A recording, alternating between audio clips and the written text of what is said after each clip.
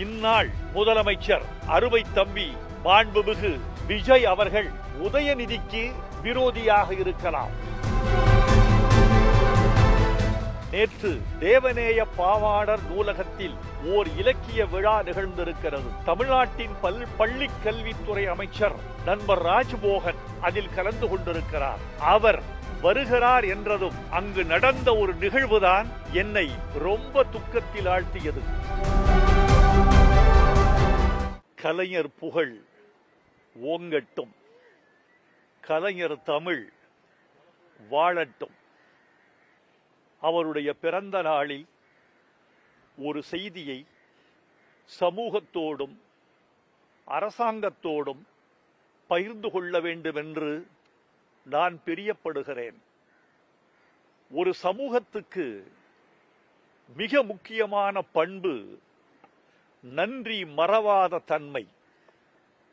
என்னன்றி கொன்றார்க்கும் உய்வுண்டாம், உய்வில்லை செய் நன்றி கொன்ற மகற்கு என்பது வள்ளுவர் வாக்கு.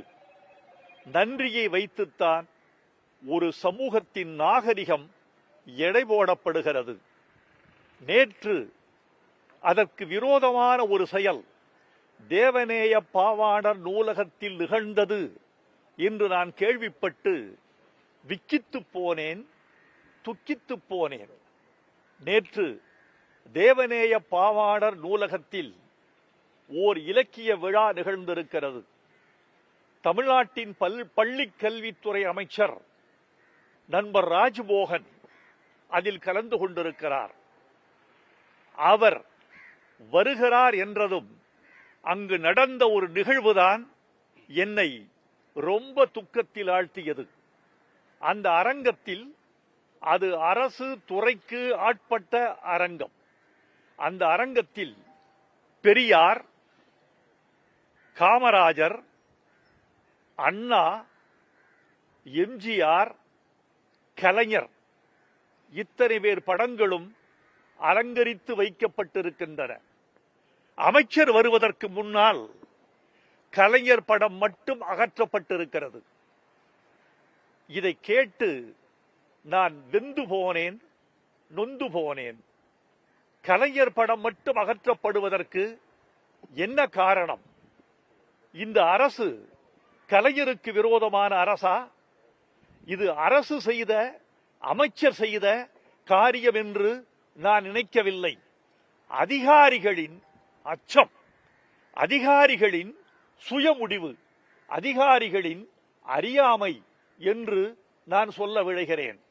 இந்நாள் முதலமைச்சர் அருமை தம்பி மாண்புமிகு விஜய் அவர்கள் உதயநிதிக்கு விரோதியாக இருக்கலாம், ஸ்டாலினுக்கு விரோதி என்று நினைத்துக் கொள்ளலாம்.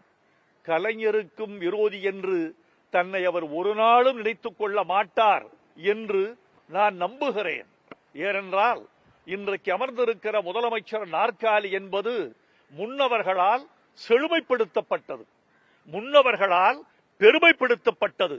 அந்த பெருமைதான் அந்த நாற்காலிக்கு ஒரு பெரிய வரலாற்றை கொடுத்துக் கொண்டிருக்கிறது. நான் கேட்கிறேன், அரசு சொல்லாமல் அதிகாரிகள் எப்படி இப்படி நடந்து கொள்ளலாம்? அந்த விழா முடிந்ததும் கலைஞர் படம் மீண்டும் மாட்டப்பட்டதாக அறிகிறேன். கலைஞர் இல்லாமல் அந்த நூலகம் உண்டா? கலைஞர் இல்லாமல் அங்கே தமிழ் உண்டா?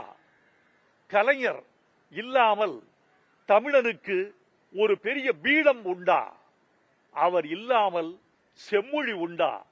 எனவே இன்றைய அரசு முன்னவர்களை போற்றுகிற அரசாக திகழ வேண்டும் என்பது என் வேண்டுகோள். தனிப்பட்ட கொள்கைகள், மாறுபாடுகள் வேறு. அவைகளெல்லாம் அரசியலின் கச்சா பொருள்கள். அவை தேவைதான். எதிரி என்று ஒருவனை தீர்மானித்துக் கொள்வதும், கொள்கை என்று ஒன்றை வகுத்துக் கொள்வதும், எதை நோக்கிய பயணம் என்று திட்டமிடுவதும் அரசியலின் அடிப்படை கச்சா பொருள்கள். ஆனால் எங்கள் முன்னவர்களை எல்லாம் மதித்துக் கொண்டுதான் அந்த செயல்கள் நடைபெற வேண்டும் என்பது எங்களை போன்ற தமிழ் அன்பர்களின் எண்ணம். நான் ஒரு கட்சிக்காரன் அல்ல, நான் எந்த கட்சியிலும் உறுப்பினர் அல்ல. ஆனால் தமிழச் சாதியின் உறுப்பினன் நான். தமிழ் வரலாற்றின் மாணவன் நான். தமிழ் பெருமக்களினுடைய பிரதிநிதி நான். அதனால் நாங்கள் வருத்தப்படுமாறு எந்த செயலும் நிகழ்ந்துவிடக் கூடாது என்று நான் விரும்பி வருந்தி கேட்டுக்கொள்கிறேன். கலைஞர் புகழ் வாழ்க, கலைஞர் தமிழ் வாழ்க. அவரோடு தமிழ் சமுதாயம், தமிழ் சமுதாயத்தோடு அவர் வாழ்க கலைஞர்.